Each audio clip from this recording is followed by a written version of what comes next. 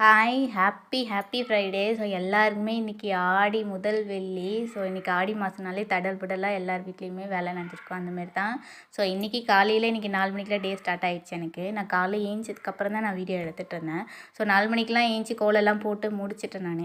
So வெளியே வந்துட்டு பார்த்துட்டு இருந்தேன். சரி மழை வர நைட்லாம் மழை பெஞ்சிருக்குது எனக்கு தெரியல. பட் இருந்தாலும் மழை பெய்யுமோ கோலம்லாம் கலைஞ்சிருமோன்னு பார்த்தேன். பட் அந்தளவுக்கு கலையில நல்லா தான் இருந்துச்சு. ஆனால் கிளைமேட் பார்க்குறதுக்கு நல்லா இருந்துச்சு. கோலம் கலையக்கூடாதுன்னு நினச்சிருந்தேன். பட் கோலம் கலையல. ஸோ அதுக்கப்புறம் அப்புறம் கிச்சனுக்கு நைட்டே வந்துட்டு கேஸ்லாம் தொடச்சிட்டு ஸோ மாக்கோலெல்லாம் போட்டு முடிச்சிட்டேன் நான். ஏன்னா வந்துட்டு இந்த அரிசி மாவில் தான் கோலம் போட்டிருந்தேன். ஸோ ஆல்ரெடி வேறு வீடியோவில் சொல்லியிருந்தேன். அரிசி மாவு அன்னப்பூரியில் வச்சுருந்த அரிசி மாவு தான் எடுத்து யூஸ் பண்ணுவேன்.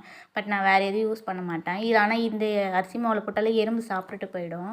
ஸோ அதனால் நைட்டே வந்து கேஸில் க்ளீன் பண்ணிவிட்டு அரிசி மாவில் கேஸில் கோலம் போட்டு முடிச்சுட்டேன். பார்க்க பளிச்சுன்னு இருந்துச்சு, நல்லா இருந்துச்சு. ஸோ காலைல குளிச்சுட்டு வந்ததுக்கப்புறமா பின்னாடி வேப்ப மரத்தில் வந்துட்டு சரி இன்றைக்கி வெள்ளிக்கிழமை ஆடி வெள்ளிக்கிழமைனாலே இன்றைக்கி என்ன ஸ்பெஷல் இருக்குதோ இல்லையோ கண்டிப்பாக வேப்ப மரத்துக்கு ரொம்ப ஸ்பெஷல் எல்லாம். இத்தனை நாள் நம்ம எல்லாருமே அந்த வேப்ப மரம் கண்டுக்கவே மாட்டோம். ஆனால் இந்த ஆடி மாதம் தான் மெயினாக போய் அங்கே போய் வேப்ப மரத்துக்கிட்ட போயிட்டு இருக்கிற பூரா மரத்தையும் நம்ம எல்லா வேப்ப மரம் பிடிச்சிட்டு வருவோம்.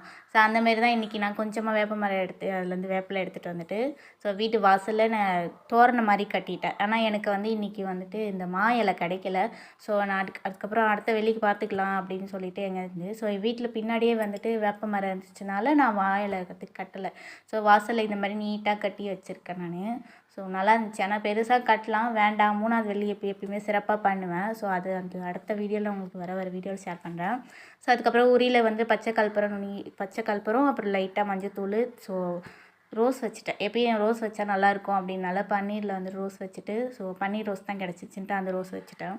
பார்க்க நல்லா இருக்கும் அப்படின்ச்சு. ஆனால் இந்த தடவை சாமந்தி வாங்கலான்னு பார்த்தா சாமந்தி என்கிட்ட கிடைக்கல. சரி இருக்கிறத வச்சுட்டு இது பண்ணலாம் அப்படின்ட்டு வந்து சாமந்தி பூ வச்சா இன்னும் பார்க்க நல்லா ப்ரைட்டாக இருக்கும். ஆனால் என்கிட்ட பன்னீர் ரோஸ் தான் கிடச்சிருந்துச்சு. நான் அதுவே வச்சுட்டேன். ஏன்னா எனக்கு இது கொஞ்சம் பார்க்க லைட்டாக இருக்க மாதிரி தெரிஞ்சுது. ஆனாச்சு இந்த பூ வாங்கிட்டு வந்து 2 டேஸாக இருந்துச்சு. நானும் வைக்கணும்னு நினச்சேன் மறந்துட்டேன். சரி இன்றைக்கி வச்சிடலாம் ஆடிக்கு அப்படின்றதுனால உருளியில் அந்த பூ வச்சுட்டு அப்புறம் லெமனில் வந்துட்டு எலுமிச்சப்பழம் வந்துட்டு ஒரு பக்கம் வந்துட்டு மஞ்சள் ஒரு பக்கம் வந்துட்டு குங்குமம் தடவி நம்ம நிலைவாசலில் 2 பக்கமே கார்னரில் வச்சுட்டு ஸோ வேப்பலை கொஞ்சம் கூட வந்துட்டு கார்னரில் வைக்கணும். நிறைய பேர் என்னென்னமோ காயெல்லாம் வைக்கிறாங்க. எனக்கு அதுக்கு முன்னாடிலாம் அப்போல்லாம் வச்சது கிடையாது. நான் இப்போ வைப்பாங்களான்னு எனக்கு தெரியல.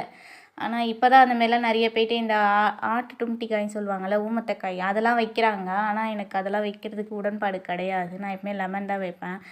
நிறைய பேர் அதெல்லாம் வைக்கிறதுனால அதெல்லாம் வச்சா நல்லது சொல்லுவாங்க. நம்ம ஏதாவது போய் வைக்க போய் வீட்டில் திட்டு விடுறோம். ஸோ அதனால் எங்கள் வீட்டில் அதெல்லாம் வைக்க வேண்டாம் அப்படின்ட்டாங்க அவங்க. நான் எப்பவுமே லெமன் தான். நம்மளுக்கு எப்பயுமே லெமன் தான். லெமனுக்கு உரியாத சக்தி எதுவுமே கிடையாது. ஸோ அதனால் லெமனில் வந்துட்டு மஞ்சள் குங்குமம் வச்சுட்டு கார்னரில் 2 பக்கமே